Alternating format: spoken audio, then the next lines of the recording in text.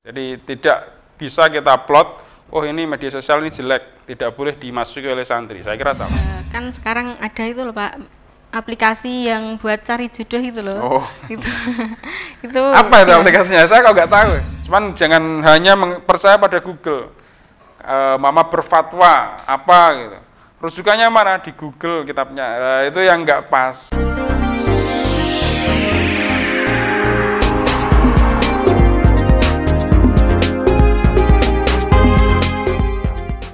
Assalamualaikum warahmatullahi wabarakatuh. Waalaikumsalam warahmatullahi wabarakatuh. Kali ini kembali lagi bertemu dengan kami, kru Kelompok Ngepang Media. Pada kali ini, pada podcast kedua, setelah podcast bersama Ketua Yayasan kemarin, kami akan melaksanakan podcast bersama Wakil Kepala Madrasah Sanawiyah Ulumiyah. Sebelum itu kami akan mengenalkan narasumber kami. Nama beliau Bapak Muhammad Abdullah Lutfi. Lahir di Tuban 8 November 1984. Riwayat pendidikan, pernah belajar di SDN Kebonharjo 2, MTS Salafiyah Jatirogo, MA Negeri Rembang, Perguruan Tinggi Uniro Pendidikan Bahasa Inggris. Pernah belajar di Pondok Pesantren TPI Lebeh Rembang, Pondok Pesantren Pondok Pesantren TPI Leteh Rembang, Pondok Pesantren Al Anwar Sarang, dan sekarang menjadi Wakil Kepala Madrasah Sanawiyah Ulumiyah. Dan mengenai zaman sekarang, medsos sudah marak di remaja-remaja yang tidak mondok di pesantren. Bahkan remaja yang mondok di pesantren pun sudah sangat marak atau sudah sangat ramai lah istilahnya mengenal tentang medsos zaman sekarang seperti TikTok, IG, Facebook, WhatsApp ataupun lainnya. Dan mengenai kejadian tersebut, bagaimana tanggapan jenengan tentang hal ini? Medsos ya? Okay. Media sosial atau internet yang sekarang mulai marak di kalangan santri, tidak hanya pelajar pada umumnya atau anak muda pada umumnya. Saya kira itu adalah pengaruh yang positif. Bagaimana tergantung para santri ini menyikapi atau memanfaatkan media sosial tersebut. Entah TikTok, entah Instagram, Facebook, dan sebagainya.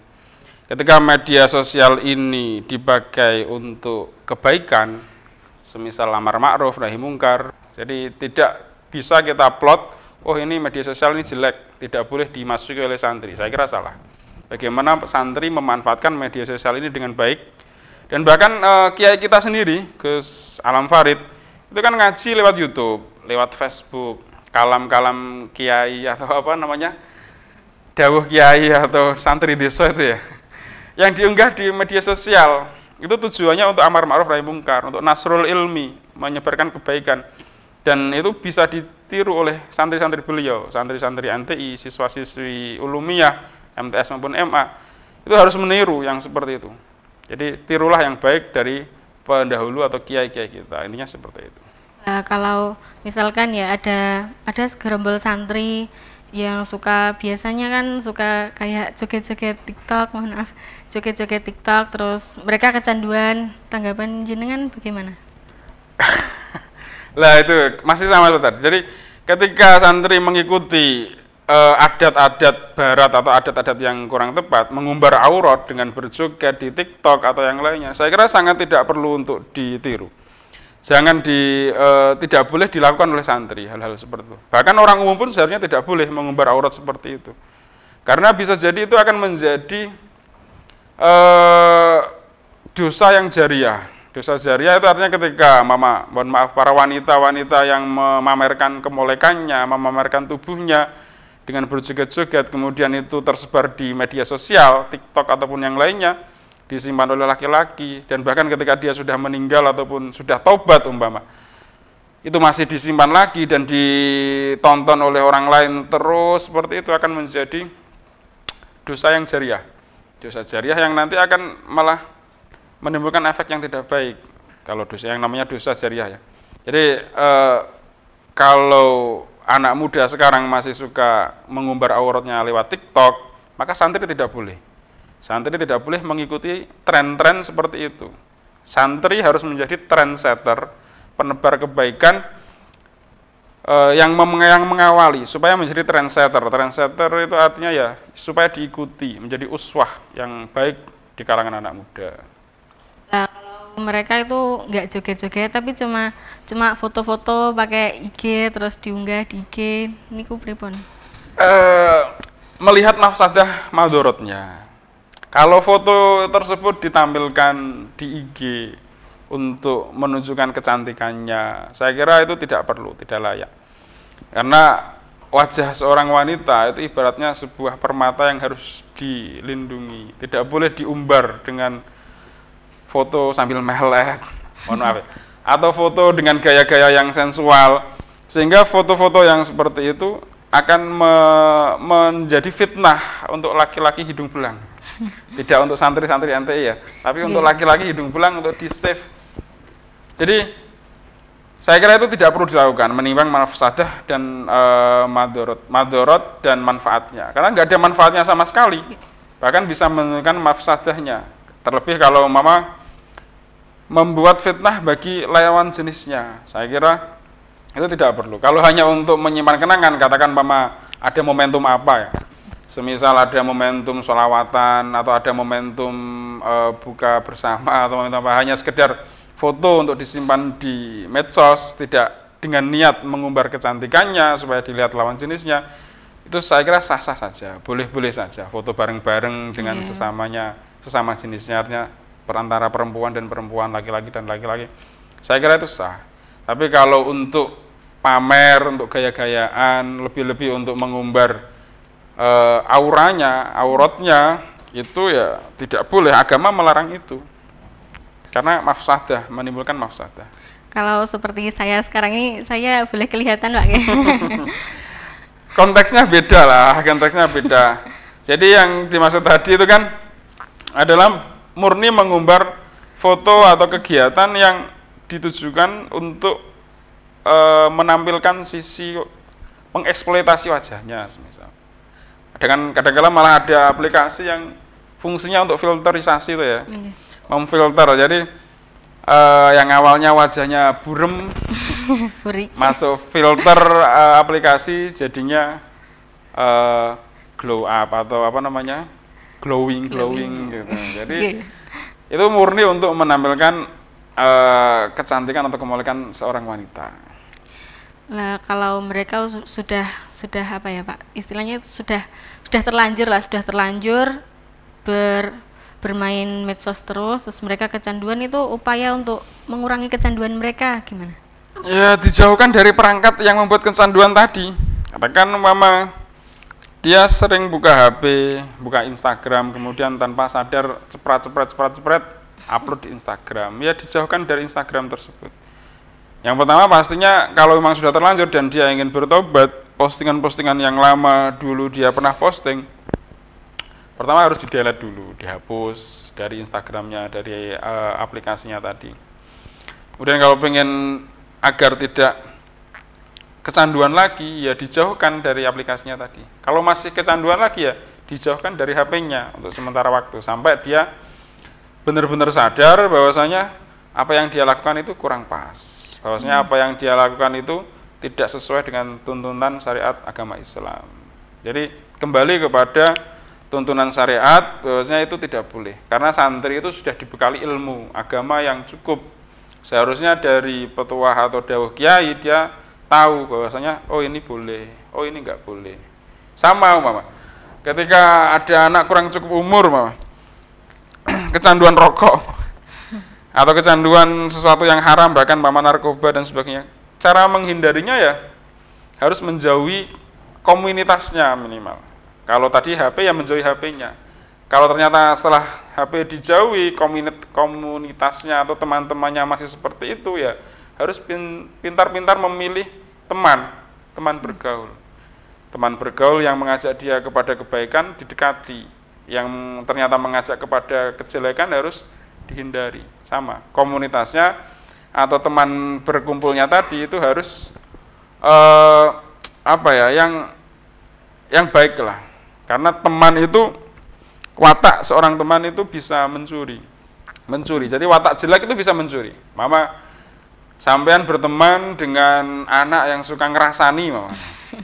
Secara otomatis, secara tidak langsung, sampean akan juga ikut suka menggibah, ngerasani orang lain. Ada sampean berteman dengan yang suka hasut kepada orang lain, itu biasanya juga secara otomatis akan niru juga seperti itu. Jadi pandai-pandailah memilih teman. Nah, medsos ini bisa mempengaruhi pergaulan mereka apa enggak? Pasti, medsos itu pasti mempengaruhi. Karena di medsos itu kita kan interaksi, tidak satu arah, tidak pasif. Jadi istilahnya ada ping, ada ping-pong. Jadi ketika sampean mengupload, pasti kan ada komentar. Dibalas dengan komentar. Pasti bisa mempengaruhi, saling mempengaruhi. Apalagi kalau berteman dengan orang-orang yang tidak terfilter, Mama. Di Facebook itu kan sampean bebas meng-add orang lain, menambahkan dia menjadi teman. Kelihatan ini cowoknya cakep, Mama. Terus ditambahkan teman. Ternyata memberikan pengaruh buruk. Akhirnya saling komen. Setelah komen, kemudian lanjut ke Messenger, saling chatting, tekar nomor handphone, kemudian ketemuan dan sebagainya. Itu harus benar-benar bisa memfilter dirinya sendiri. Jangan sampai medsos ini nanti mengajaknya ke arah kemaksiatan. Jadi harus bisa memfilter dirinya sendiri, seperti itu. Lah, kan sekarang ada itu loh Pak, aplikasi yang buat cari jodoh itu loh. Oh. Itu apa itu aplikasinya? Saya kok nggak tahu. Saya nggak tahu. Loh, lihat di aplikasi cari jodoh. Yeah. Jadi bentuknya gimana aplikasinya itu? Kayak kenalan terus ta'arufan gitu ya. Gitu, terus tapi kan nggak pernah ketemu langsung gitu loh. Oh, kalau mau janjian bisa tapi? Bisa. Terus gimana? Ya kan pertama kenalan lewat medsos itu, bebas milih, ada fotonya. Oh gitu, terus milih, terus kenalan, terus temenan. Kalau nggak cocok sekiranya ya cari yang lain, ganti. Lah menurut jenengan niku pas napa mboten? Tergantung itu ya, dari dua sisi ya.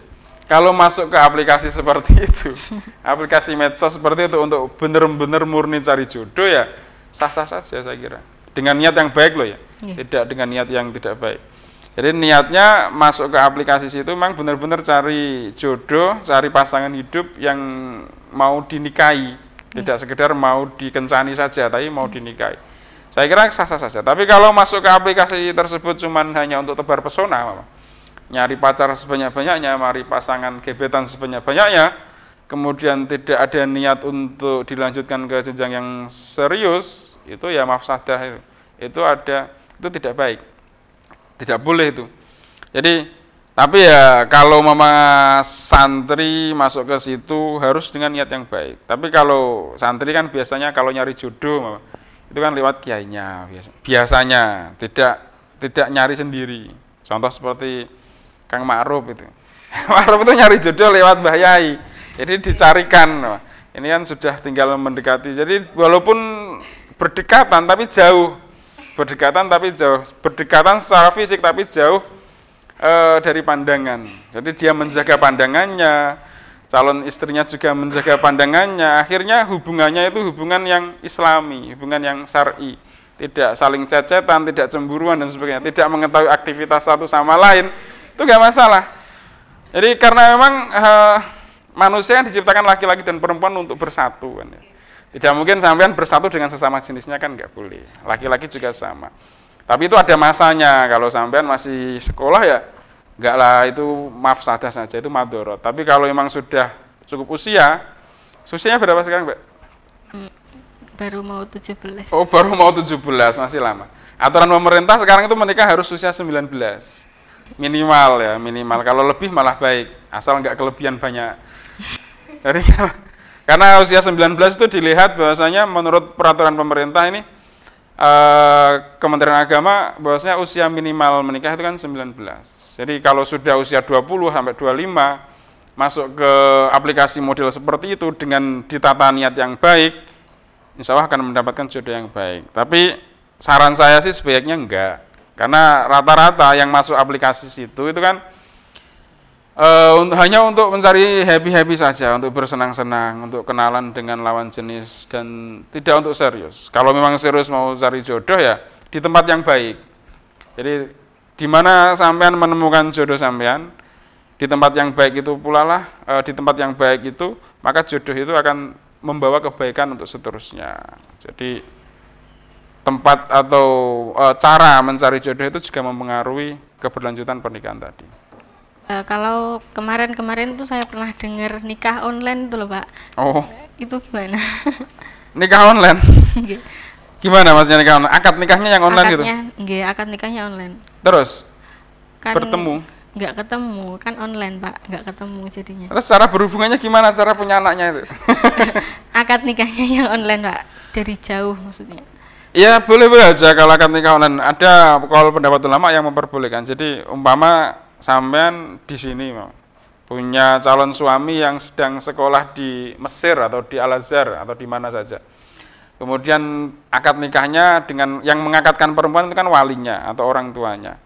Boleh secara online dengan video call. Jadi ada video call, kemudian di situ ada akad nikah lewat video call tadi. Itu ada yang memperbolehkan. Ataupun mungkin taukelnya yang secara online. Jadi umpama calon suaminya itu di luar negeri, kemudian mentaukel kepada orang yang di luar negeri, kiai atau syekh yang di luar negeri, di Yaman, kemudian ditaukel, kemudian akad nikah di situ. Suami istrinya ada tapi di rumah di Indonesia, yang calon suaminya di luar negeri, boleh-boleh saja. Online loh ya, maksudnya akad nikah online biasa ya. Setelah itu kan ketemu biasa. Okay. Ya bisa saja itu, nggak apa-apa. Nggak apa-apa. Nggak apa-apa. Dari berbagai keterangan ini tadi kan semuanya menggunakan medsos. Lah menurut jenengan seberapa penting sih medsos itu? Jadi kita ini adalah abnauz zaman. Nahnu itu abnauz zaman. Jadi kita ini anaknya zaman. Dulu ya, ketika saya seusia sampean umur 17 tahun, masih kelas 2 MAN atau SMA, itu saya HP itu kita nggak ada HP, kita nggak punya HP, nggak punya apalagi medsos. Mungkin dulu itu belum ada Facebook. Seingat saya dulu itu ada namanya Friendster gitu.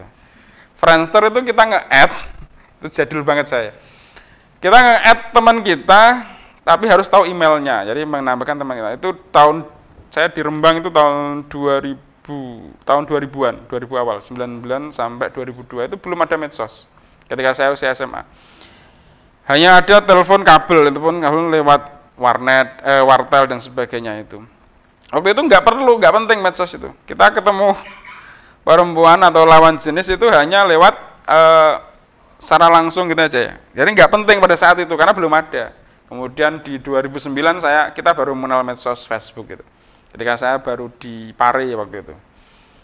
Tapi untuk zaman sekarang, kalau dilihat zaman sekarang, itu sangat penting media sosial itu. Karena di media sosial itu, di internet, itu kita bisa ketemu apa saja. Jadi istilahnya dunia itu ada di genggaman kita. Kalau ada istilah dunia ada di genggaman, itu berarti dunia ada di handphone kita, di mobile kita. Lewat mobile ini kita bisa apa saja. Jangan mau usaha, itu bisa dipasarkan lewat online. Bisa, bahkan jual beli lewat online juga sudah bisa. Banyak ulama yang mengatakan itu sah. Kemudian mau bertukar kabar, mau cari kabar mama di saat ini di Rusia sama Ukraina itu sedang perang, kita tahu kabar lewat internet juga, lewat media sosial. Perkembangan zaman, ada minyak yang dibom di Arab Saudi oleh negara tetangganya, itu juga kita dari media sosial. Jadi sangat penting, karena informasi itu salah satu hal yang wajib yang harus kita ketahui. Kalau kita nggak tahu informasi terkini dengan terkait keadaan di dunia ini, kita akan ketinggalan zaman. Maka dari itu medsos itu tergantung bagaimana kita memanfaatkannya ya. Kembali lagi seperti itu. Kalau kita memanfaatkan medsos ini dengan baik, maka kita akan bisa membawa media sosial kita ini ke arah kebaikan. Tapi kalau sebaliknya, kita terbawa arus media sosial, kita terbawa arus gelombang besar perubahan informasi yang seperti ini, ya kita akan tidak bisa punya jati diri. kita akan menjadi pengikut, bukan trendsetternya. Nah, mengikuti perkembangan zaman kali ini, bisa jenengan contohkan dampak negatif ataupun dampak positif adanya medsos kali ini? Ya banyak tadi seperti yang tadi saya katakan, dampak positifnya kan sudah jelas. Bagaimana kita memakai medsos ini untuk kegiatan yang baik. Mama sampean melakukan kegiatan bakti sosial, kemudian di-share di Facebook atau di Instagram atau di mana saja, dengan tidak bertujuan riak ya, tidak bertujuan agar pamer ya, enggak. Tapi bertujuan untuk mempengaruhi orang lain supaya kegiatan kita diapresiasi, artinya bukan diapresiasi, tapi supaya ditiru orang lain, menjadi tauladan bagi orang lain, itu kan baik. Tapi kalau kita melakukan bakti sosial, melakukan kegiatan kemanusiaan, kemudian diupload supaya dikasih applause sama orang lain, supaya terlihat baik oleh orang lain, itu dampak negatifnya. Jadi pokoknya medsos itu kembali kepada kita sendiri. Jadi kemampuan kita memfilter informasi, kemampuan kita menyaring apa yang ada di media sosial itu sangat penting. Jadi kalau mau orang bilang handphone haram, medsos itu haram, itu tidak bisa cara menggunakannya. Jadi semua tergantung bagaimana cara kita menggunakan media sosial itu sendiri. Nah, semua kan tergantung diri kita. Terus apa pesan-pesan yang jenengan sampaikan untuk santri-santri saat ini agar bisa menggunakan medsos lebih baik supaya dampaknya juga baik? Ya, gunakan medsos seperlunya saja. Gunakan medsos ketika masih belajar, ya saya kira medsos itu tidak terlalu penting bagi sampean-sampean, kecuali untuk mencari ilmu lewat media sosial. Kalau hanya untuk memamerkan kegiatan atau foto, itu belum waktunya. Nanti ada masanya sendiri ketika medsos itu penting untuk sampean. Jadi pesan saya untuk santri yang menggunakan media sosial, bijaklah dalam bermedia sosial. Ketika sampean menemukan informasi-informasi yang belum tentu benar, belum jelas kebenarannya, harus ditabayun dulu. Jangan asal nge-share, jangan asal percaya informasi-informasi yang ada di media sosial. Karena media sosial itu penuh dengan hitam putih. Pokoknya apa yang mungkin tampak baik di media sosial itu belum tentu baik. Begitu juga sebaliknya. Apa yang digambarkan oleh media ini buruk, belum tentu ini sebenarnya buruk. Jadi jangan mudah percaya dengan media sosial, itu yang pertama. Kemudian yang kedua, ketika menggunakan media sosial itu jangan mengumbar kemaksiatan.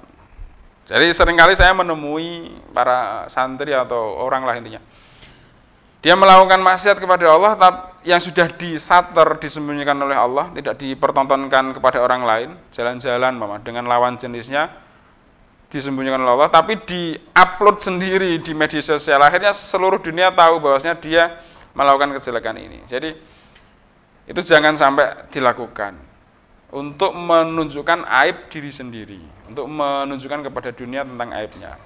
Dan yang terakhir, menggunakan media sosial secara bijak, yaitu memanfaatkan seperlunya media sosial itu agar media sosial itu bermanfaat kepada dirinya sendiri dan bisa memberikan manfaat kepada orang lain. Saling berbagi kabar bahagia, saling berbagi ilmu, pengetahuan, dan sebagainya. Ya, terkait terkait pembelajaran menggunakan media sosial, seperti pelajar kali ini kan banyak menggunakan Google. Mereka malas berpikir, apa-apa cari di Google, itu kan berpengaruh banget buat pendidikan mereka. Nah, bisa jenengan sampaikan pesan jenengan untuk pelajar-pelajar? Google itu baik loh ya, memanfaatkan Google untuk belajar itu baik. Itu bukan karena malas berpikir, dia mau mencari di Google aja sudah baik ya. Kalau malas berpikir itu nyontek pekerjaan temennya, lah itu malas berpikir, copy paste. Tapi kalau dia ngambil di Google dengan sumber yang terpercaya, tidak hanya dari satu sumber, tidak hanya mengandalkan dari satu sumber, tapi membandingkan dengan berbagai macam sumber, menyaringnya, kemudian menjadi observasi sendiri di Google, itu baik. Jadi pembelajaran secara online dan mengambil rujukan dari Google itu baik, asal itu terpercaya. Cuman jangan hanya percaya pada Google. Mama berfatwa apa gitu, rujukannya mana? Di Google kitabnya. Itu yang nggak pas, karena ilmu itu bitalum, ilmu itu menggunakan sanad, bis sanad. Jadi tidak hanya menggunakan Google saja, harus ada pembanding lah. Jadi bukan berarti malas tuh ya dari Google itu. Ada yang disampaikan lagi dari jenengan? Saya kira cukup. Dari saya juga sudah cukup. Terima kasih atas waktunya, dan untuk teman-teman semua, sahabat-sahabat KN Media semuanya, dan sahabat santri semuanya dimanapun kalian berada, ingat pesan yang disampaikan oleh Bapak Muhammad Abdullah Lutfi tadi ini. Gunakanlah medsos seperlunya, jangan mengumbar aib di medsos, karena aib yang sudah ditutup Allah, ya sudah biarkan saja ditutup Allah, jangan diumbar-umbar, jangan membuka aib sendiri. Cukup sekian dari kami, terima kasih, mohon maaf apabila kurang berkesan dan kurang baik. Wassalamualaikum warahmatullahi wabarakatuh.